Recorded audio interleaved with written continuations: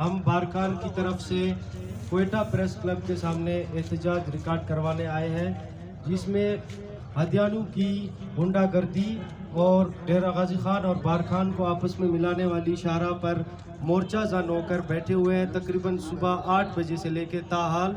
लेकिन वहाँ की लोकल इंतज़ामिया का अभी तक इस बारे में कोई भी एक्शन नहीं हुआ है।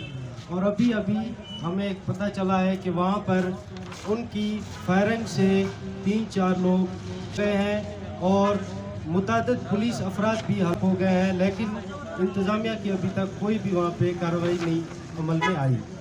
और एक और भी बात है, जो मुकम्मल तौर पर गुंडागर्दी कर रहे हैं। बारखान से जाने वाले तमाम लोगों को सड़क पर रोक कर उनके शनाख्ती कार्ड चेक कर रहे हैं। जिनका भी ताल्लुक खेतरान कबीले और बारखान से है, उन्हें वापस भेज दिया जा रहा है। और जिनमें मुसाफिरों, मरीज़ों और स्टूडेंट्स जिनकी यूनिवर्सिटीज़ ओपन हो गई हैं, उन्हें काफ़ी मुश्किलात का सामना है। ये कबीले के दरमियान अब जंग को हवा देने के मुतरादिफ है। हमारी इंतज़ामिया से गुजारिश है कि इस मामले के बारे में जल्द अज जल्द कोई एक्शन लिया जाए।